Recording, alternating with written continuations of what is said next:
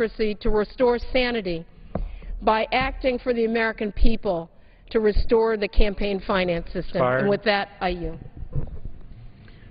Under the Speaker's announced policy of January 5, 2011, the gentlewoman from Minnesota, Mrs. Bachmann, is recognized for 35 minutes as the designee of the Majority Leader.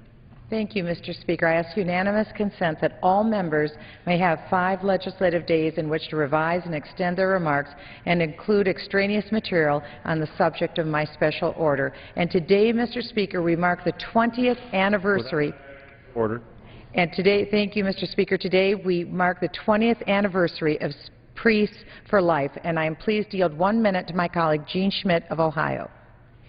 Thank you for giving me 1 minute. I do want to celebrate the 20th anniversary, and I want to celebrate 3 pro-life advocates in my own hometown. And the first is Archbishop Dennis Schnurr, who has been unequivocally on the forefront of this movement. I have stood with Archbishop Schnurr in front of Planned Parenthood of Greater Cincinnati, praying the rosary. I have crossed the bridge for life with him. I have watched him get on a bus with school children and come up here to Washington for the March for Life.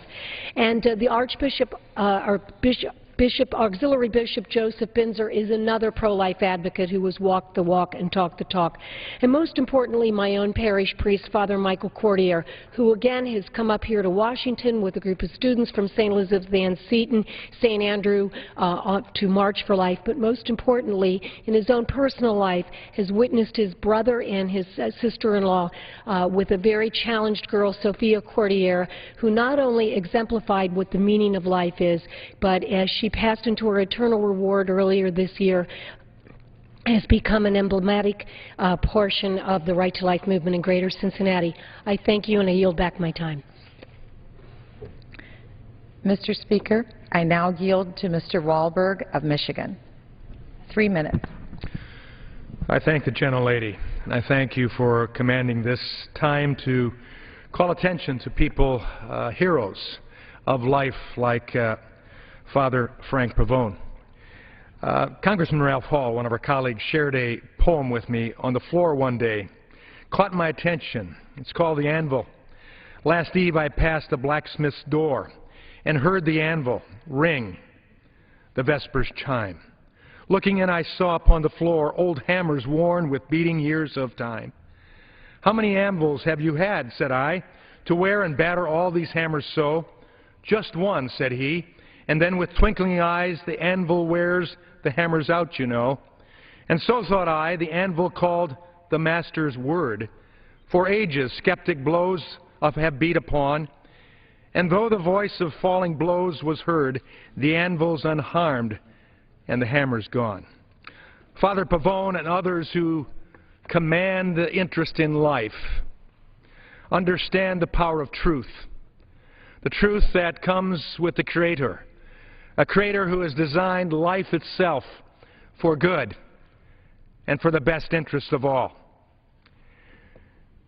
In our great document, the Declaration of Independence, it said we hold these truths to be self-evident, that all men are created equal and endowed by the Creator with certain unalienable, God-given rights, among them the right to life, liberty, and the pursuit of happiness. And so, Mr. Speaker, I would just refer back to the truth. As we think about life and honor an organization like Priests for Life and others tonight who understand the truth that are contained in words like this: behold, children are a gift of the Lord. The fruit of the womb is a reward.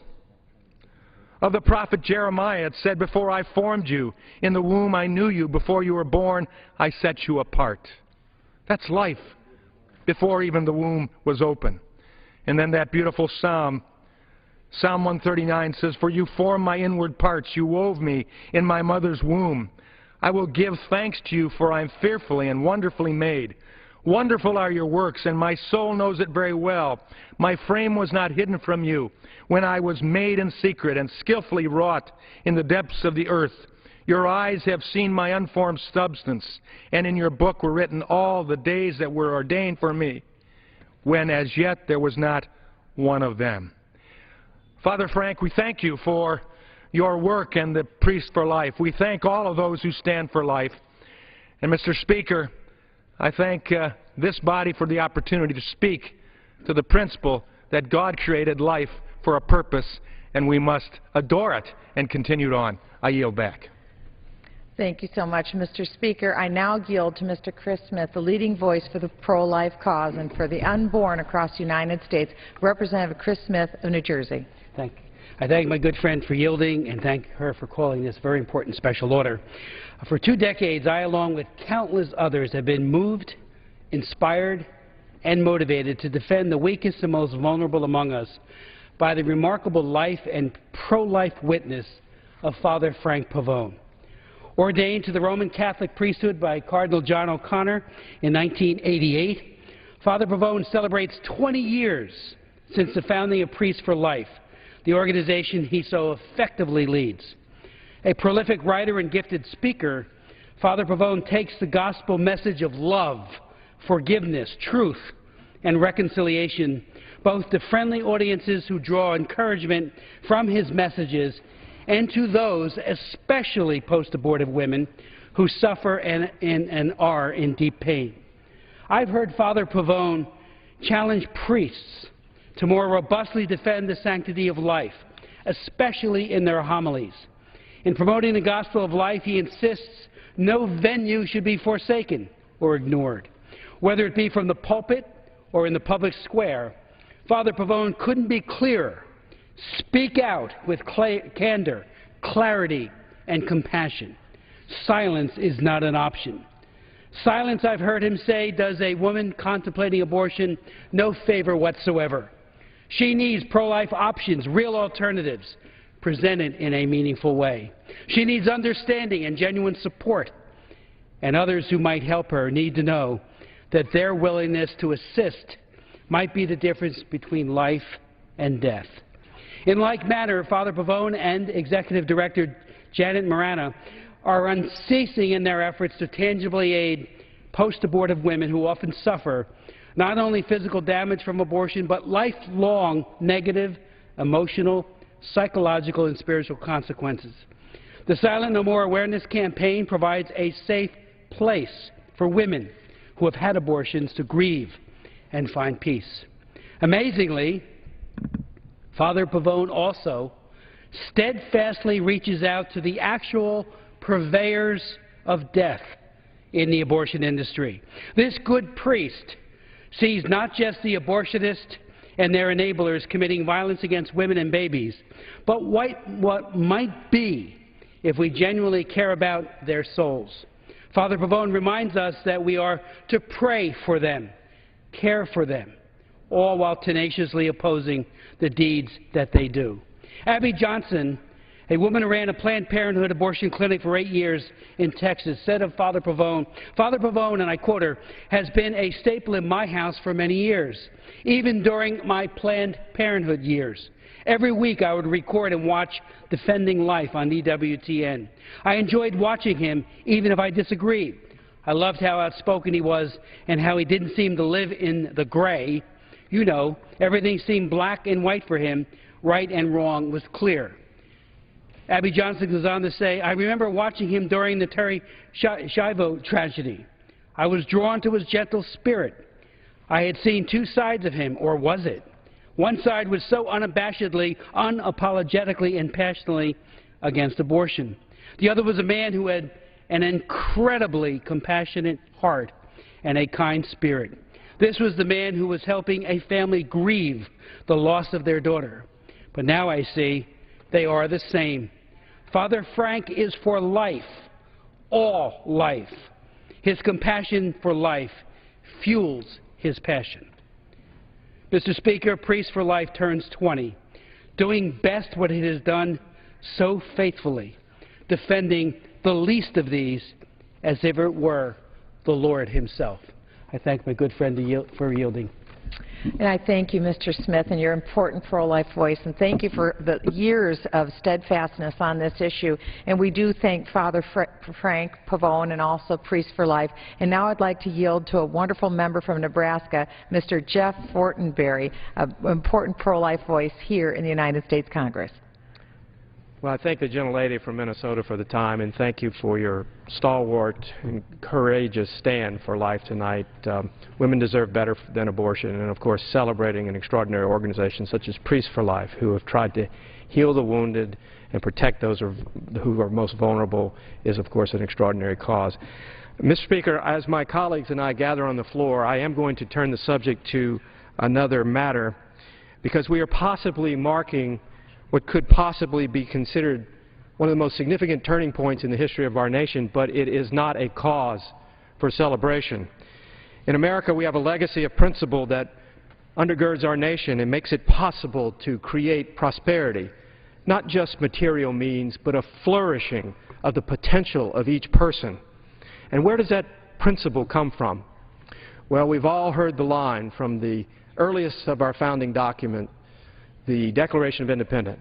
It goes like this: we hold these truths to be self-evident, that all men are created equal and are endowed by their Creator with certain inalienable rights, and among these are life and liberty and the pursuit of happiness.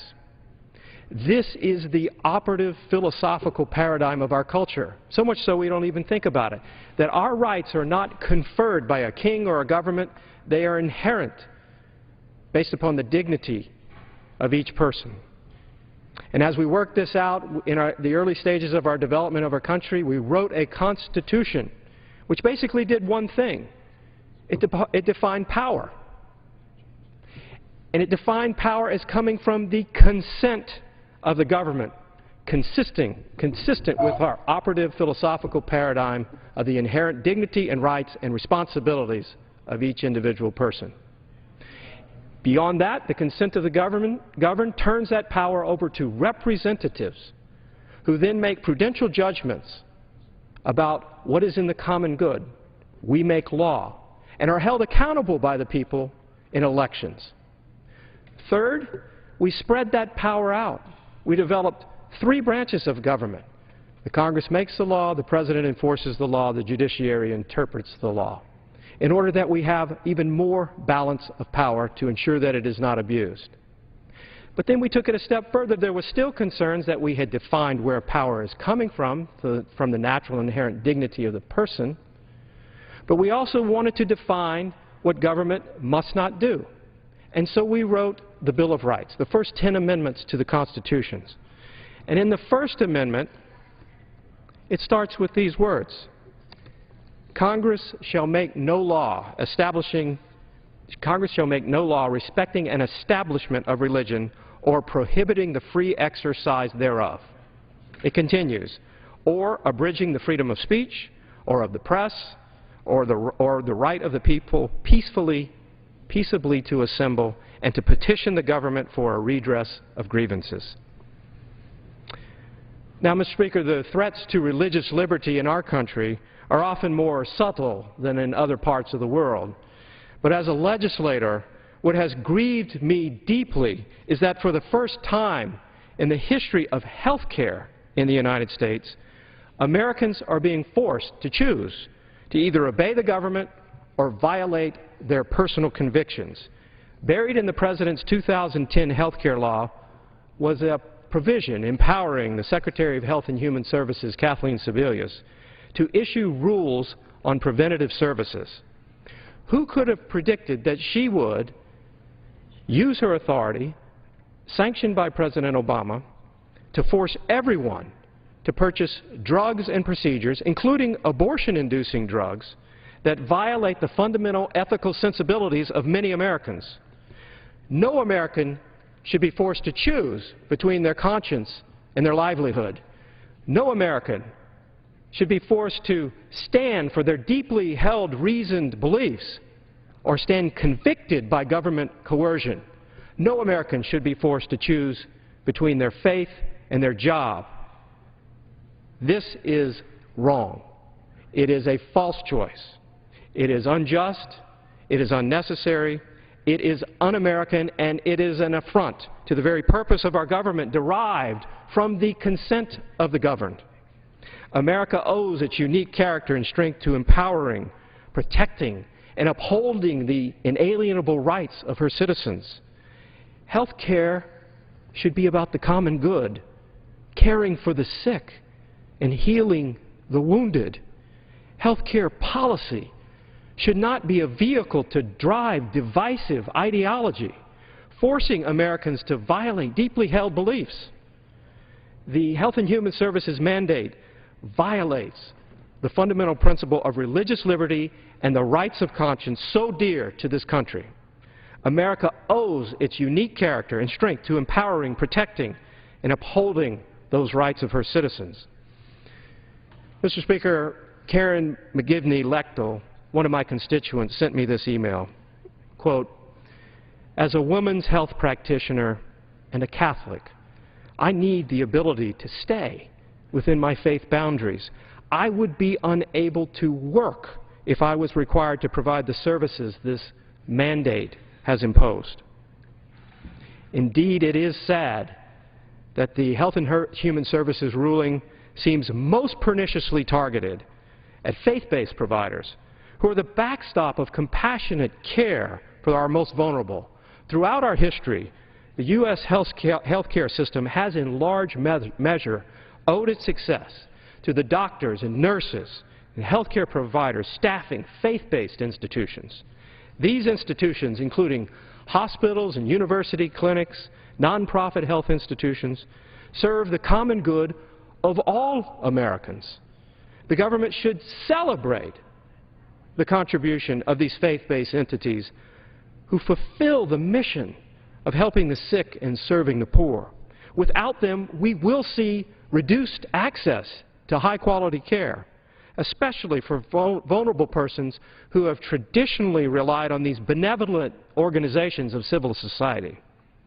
In fact, Mr. Speaker, several healthcare practitioners have told me personally that they would choose to leave their professions rather than compromise their beliefs. But undoubtedly, some will not obey the government, and our government has effectively condemned them. Another man who was condemned for his beliefs had this to say: "I submit that an individual that breaks a law that conscience tells him is unjust and willingly accepts the penalty by staying in jail to arouse the conscience of the community over its injustice is in reality expressing the very highest respect for the law." So wrote Dr. Martin Luther King from the Birmingham jail. The purpose of our government is to create just structures for societal order, empowering liberty, beginning with the affirmation of the natural rights of the person, including the most basic right of conscience.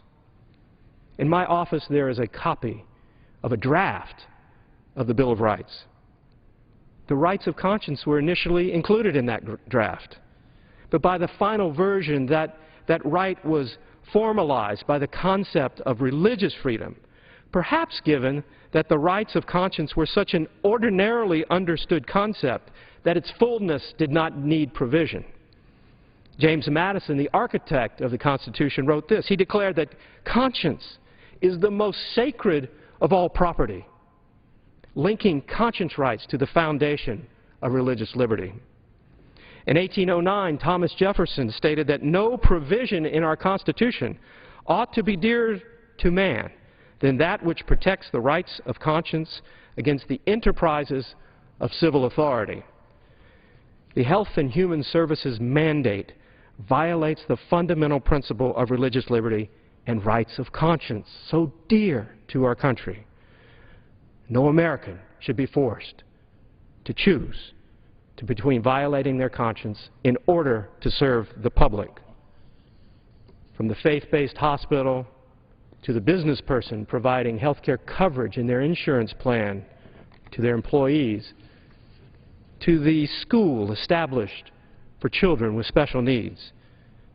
No American should be forced to choose between their faith and their job. This is why so many people of goodwill, regardless of their religious traditions or their political affiliations, consider the Health and Human Services mandate to be a gross affront to the very essence of what it means to be an American. and all of us must choose our response. This is not simply a religious issue. It's not a Catholic issue.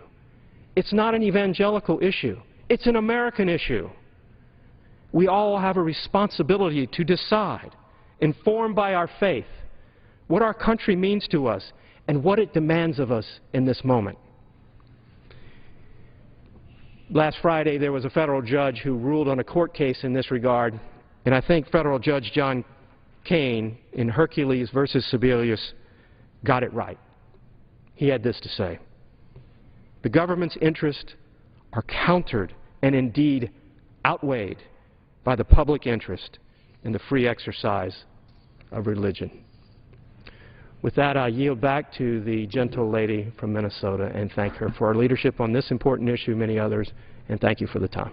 And I thank you, Mr. Fortenberry, a father of 5 and now a mother of 5. And so I thank you, Mr. Speaker. And I will give just a few remarks on Priests for Life and on their 20th anniversary.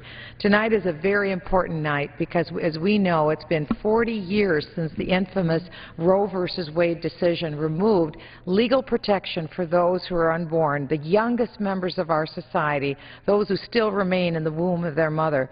And since that time, numerous groups, Mr. Speaker, have risen up to restore that protection to the unborn and to educate the public about the issue that we all know is abortion and to provide compassionate service, both to those who need alternatives to abortion and those who need healing after abortion. And I stand here today with my colleagues in the United States Congress to honor one extremely important institution known as Priests for Life as they celebrate 20 years of advocacy and service to the unborn. As many of people across America know, Priests for Life is led by Father Frank Pavone. He is one of the strongest voices for the unborn.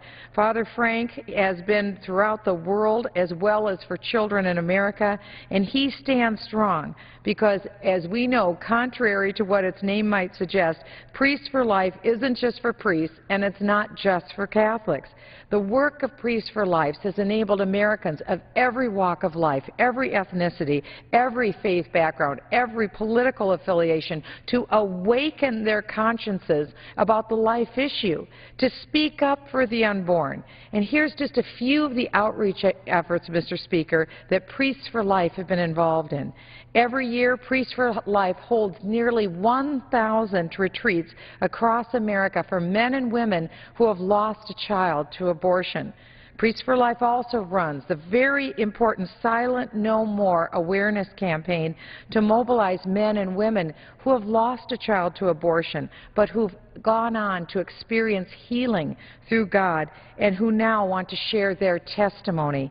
One of the full-time members of Priests for Life is a very important voice in the United States, Dr. Alveda King. I was just with her this last weekend. Americans know her as the niece of Dr. Martin Luther King, Jr., and Alveda heads up the effort to reach the black community with the truth of abortion and how it disproportionately impacts unborn black children in the United States. Priests for Life also sponsors a nonpartisan voter registration drive focused on saving innocent human life and helping to heal the hurts of men and women as they are post-abortive. Through churches, they distribute voter guides. They train clergy on what they can do within the limits of the law to foster political responsibility. Now, it's very difficult to find any national initiative in the pro-life movement that either Father Frank Pavone or Priests for Life are somehow not deeply involved in. For example, February of this year, 2012, Priests for Life launched a lawsuit against the Health and Human Services mandate, which we've heard much about this evening, that requires job creators to offer health insurance coverage for morally objectionable practices. And this mandate is an enormous affront to our First Amendment religious liberty rights in the United States, and it needs to be stopped because never before has this government, Mr. Speaker, required a job creator to provide insurance that includes contraception, abortion-causing pills, or sterilizations. No organization, no American, Mr. Speaker, should have to violate their religious beliefs because of this president's health care dictates. I'm a mom to 28 kids. 5 natural-born children, 23 foster children. I believe with every fiber in my being that every child matters and that we should have a right to life for every American, because every life is precious, every life is sacred, and every life is made in the image and likeness of a holy God. Every life matters, and I'm extremely proud to be a part of the pro-life movement and to have been affiliated with Priests for Life and Father Frank Pavone. That's truly a voice for the voiceless. As we take note of this important 20th anniversary of one of the leading pro-life organizations in our nation, I wish to thank this evening Priests for Life for everything they continue to do to protect and defend the sanctity of every human life. And now I'd like to yield to one of the strongest pro-life voices in the state of Texas, well known and beloved to Americans all across this nation, Representative Louis Gohmert. Thank my friend from Minnesota, a very, very dear friend. This is an important day. Priests for Life, marking 20 years. As a Christian, as a Southern Baptist, it's an honor to pay tribute to the Catholic priests who have stood strong, stood for life, that precious one of the trilogy that was set out in the Declaration of Independence. But first, life. Only if you have life can you then go to liberty and have a chance at a pursuit of happiness. For those of us who believe the Scripture written in the Old Testament, as did our founders, most all of them, in fact, a third of the signers of the Declaration of Independence, over a third, were ordained Christian ministers, but certainly George Washington and even Ben Franklin, even though some history teachers mislead their students these days. They all believed in those scriptures. But when you look at the fall of the northern kingdom of Israel, it's a little scary because, you know, when I've read, one of the things that God was angry over was that people had fallen into such incredible idol worship that they were willing to sacrifice their own children. That is so abominable. How could anybody love such idols, idol worship such that they would sacrifice their own child and allow the taking of their own child's life? And then I thought about abortion in this country, and we have no room to talk. For 20 years, Priests for Life have known that, and they have stood firm that the most essential right of our Creator is life. And you can't get to liberty until you start with life. And then, the irony of all ironies, today, the first day that the Catholic Church, and really all of us who are Christians, all of us who believe in freedom of religion, all of us that in fact actually believe the Constitution means what it says, have been slapped down by this administration, regardless of what the Supreme Court says. First Amendment makes clear, as my friend Mr. Fortenberry says, Congress shall make no law respecting an establishment of religion or prohibiting the free exercise thereof. Or prohibiting the free exercise thereof. And we have friends, Christian friends, who believe with all their heart it is a right to practice their religion. and they have these religious beliefs, and this administration has demeaned them to the point that it would release a quote, as was pointed out by Amy Payne with the Heritage Foundation today, when quoting the Health and Human Services Department, quote, "The Obama administration will continue to work with all employers to give them the flexibility and resources they need to implement the health care law in a way that protects women's health while making common sense accommodations for values like religious liberty." Values nothing. It's a constitutional right that this administration is trotting on and trampling and stomping on. And if it will take this right, what's next? Can Jews not worship on the Sabbath because it's inconvenient? But maybe this administration will help try to accommodate that value.